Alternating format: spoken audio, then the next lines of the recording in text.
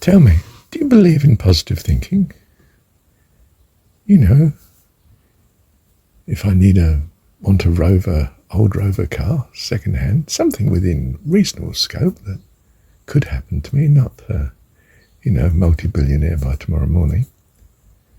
But I'd like a car I can drive. I'm a young man and I want a car. And Mum's told me about positive thinking. So I visualise old Rover, having one, being given one, receiving one, buying one, having one. Imagine it coming to me, the joy of driving it. I build this desire, of course, from the positive thinking. I'm visualising it. I'm looking for opportunities, of course. I look down the car ads. Oh, that's a nice one. Wow, 400, couldn't afford that. This is back in the, I don't know,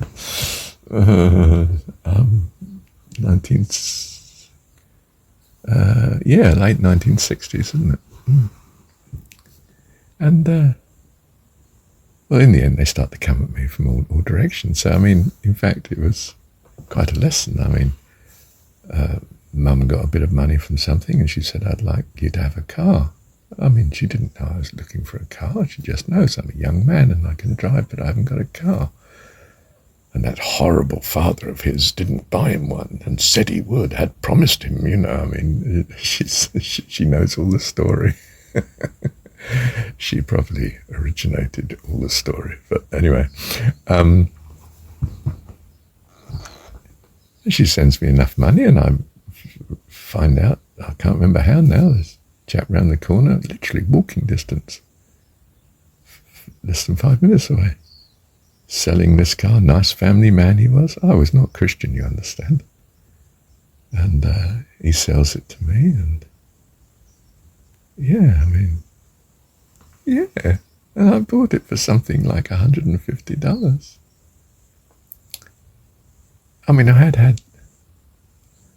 I did have an old car, which that one I'd bought for less than £20. The first one that lasted me the first year was £20, and then someone's garage chap sold me this one to get it off his forecourt for less than that, something like £7.50, I think it was. I'm not sure he didn't give it to me, actually. It was the equivalent. Really was the equivalent of giving it to you, wasn't it? He just wanted to be rid of it. And anyway, I bought this car. But do you see? Okay. Supposing it works. Positive thinking, What are you going to put it to? You can put it to the next item on your shopping list, a holiday in the Caribbean or something. But if it really works, what are you going to put it to?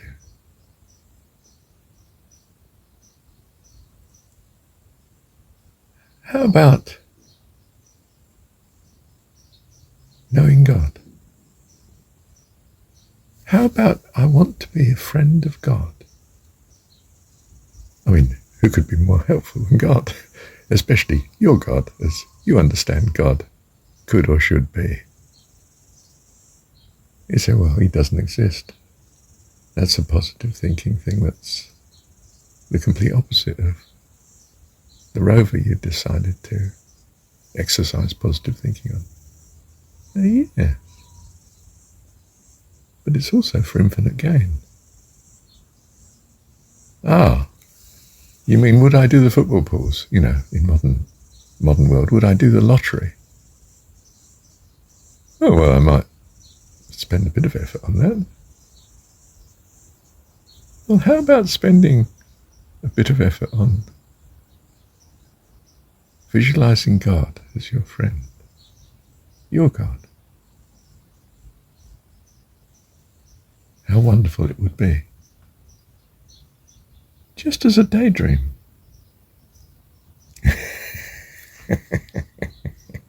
I'm leading you on. You know that, of course. You're not daft, are you?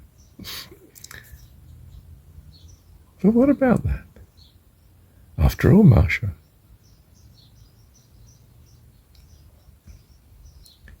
you were just doing reasonably well at school. Well, you'd done very well at school. You'd moved up to class 1. And now the class teacher he taught us economic history, not even history, economic history. And I became an economist, didn't I? So, profound effect, these teachers. But he says, you only need 2 A-levels to get to university. You people here, after you've got your O-levels, could easily get, I don't know about easily, but you could get 2 A-levels and go to university. And this is a university being built in Colchester. Oh, it's a new university. Oh, Colchester was in Essex as well, you see. A long way away, 50 miles away, 40 miles away, whatever it was.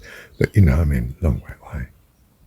But the nearest university, possibly, yes, nearer than London.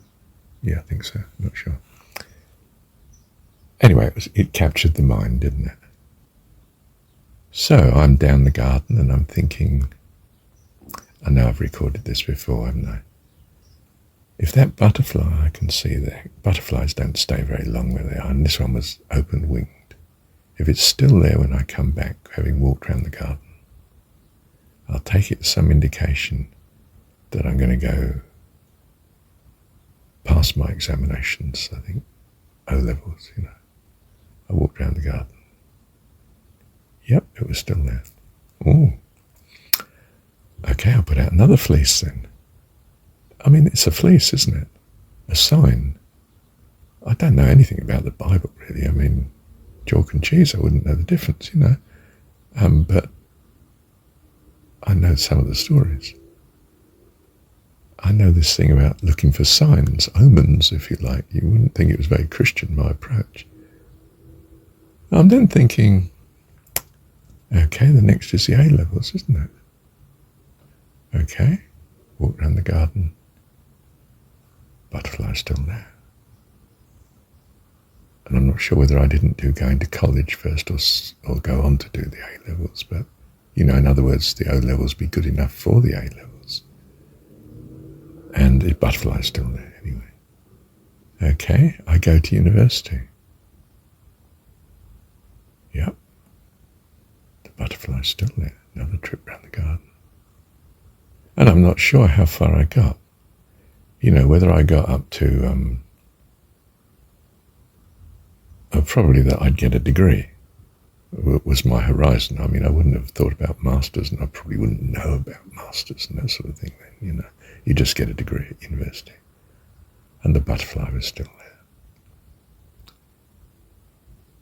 So anyway, I didn't go and tell Mum this or anything. I just, wow, I'm inspired. I'm encouraged. I'm optimistic. I'm positive about it, aren't I? I'm already pretty positive, my goodness. Passing these exams, being put up coming first in the class, having been a non-entity, being put up a class and then coming first in the next lot of term exams. Wow, goodness gracious. I was flying. I was put up to class 1. I'd moved from class 4 to 1, A4 to A1. There you go.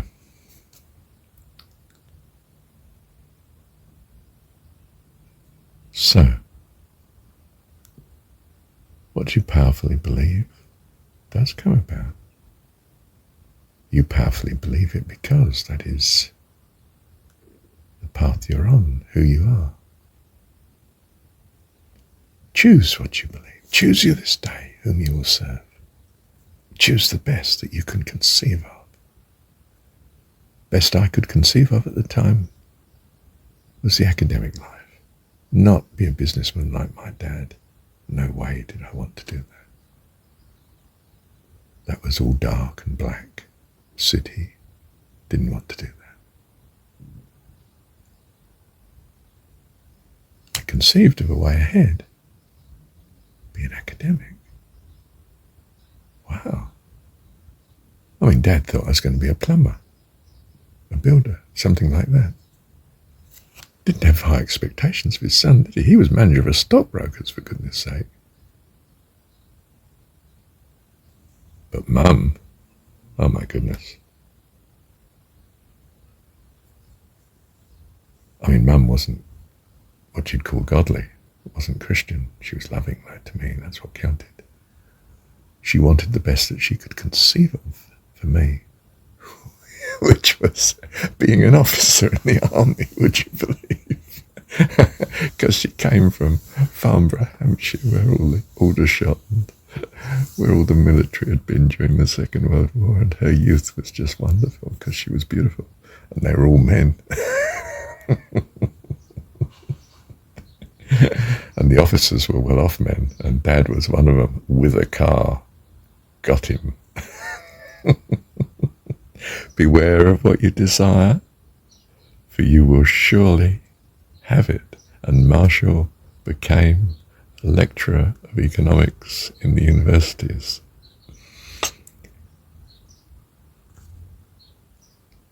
Well, I couldn't see further at the time, so fair enough, that was the best thing to do. And how wonderful.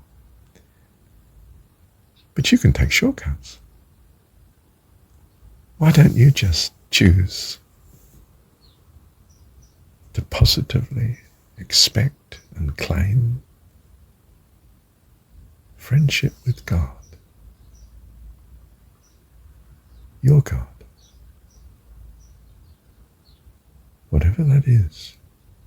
It's the only one you can truly love with all your heart, soul, mind and strength at the minute. And he will reveal to you any adjustments in his personhood that you need to understand. Your view of his personhood. He'll put that right. You'll trust him for that. That can be part of your trust. Choose you this day whom you will serve. That's what Joshua's told when he meets the captain of the hosts of the Lord. And he suddenly realizes, my God, who am I talking to? And he falls on his face in awe and terror, really. And he says to Joshua, choose you this day whom you will serve. Well, it's a foregone conclusion that Joshua could only choose to obey the captain of the hosts of the Lord. And so he takes the promised land in force. Every city, everywhere he goes. Walls of Jericho in the story just tumble before him. It's a story. Don't think of it as, is it true? Was it history? Is it valid? Has it got this truth in it? That the walls come tumbling down, if that's what you truly believe in your heart. If I truly hold to the vision of getting a degree when I've not even got the O-levels and I'm not the best in the class, I'm about 14th on the last exam of 30 odd.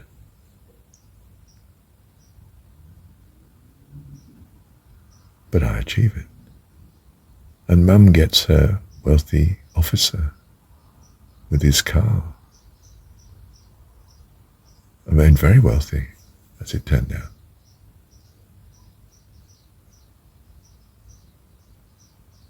Shame she didn't continue loving him, wasn't it? Not even clear she did love him in a sense.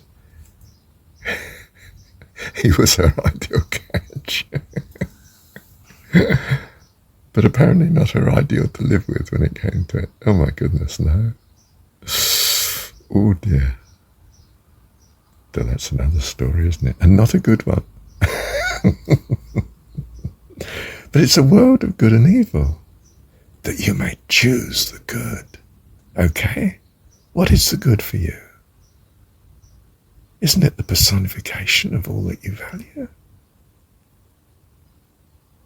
You don't care whether this God exists or not. That's what you wish to believe in and bring about.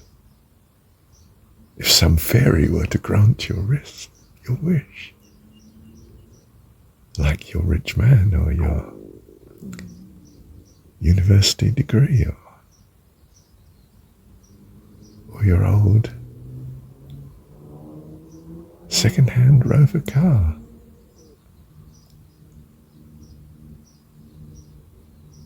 choose what you truly value to believe in. Choose you this day, the God that you will serve, easily with all your heart, soul, mind and strength, because it's what you value. Right, go for it. And you're going to trust God to correct you along the way if you're just a bit off the mark. And you may be, of course. In fact, it's highly likely. But you'll adjust. You'll get a better view of your God as you go along. Bless you. And you are blessed. So you're going to trust in a God who loves you to bits. You're the tops with him. He loves you. He's your dad. You're his reason for living. He's a good dad. Not like the one Mum's told you about. Or my mum anyway. Oh my goodness. Well, she didn't have an entirely bad picture of him. She did grant that he was of high integrity, would always keep his word, and was always faithful, and always provided. And that's about as far as we're going to go. But, and then I've got the list as long as your arm.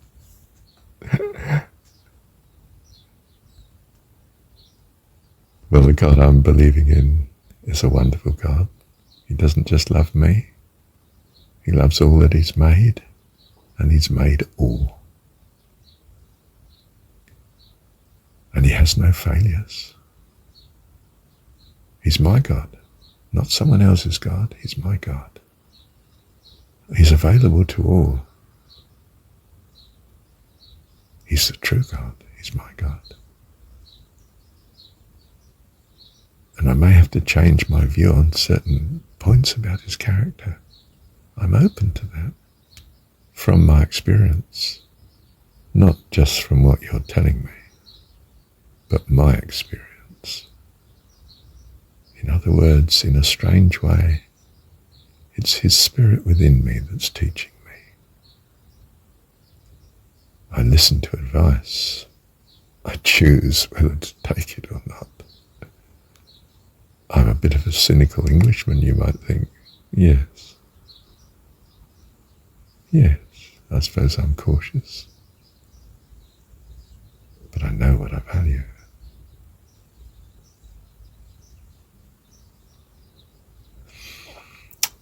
Okay. It's your story, though. Not just mine. Bless you. Bless you. Bless you. Thank you, Dad.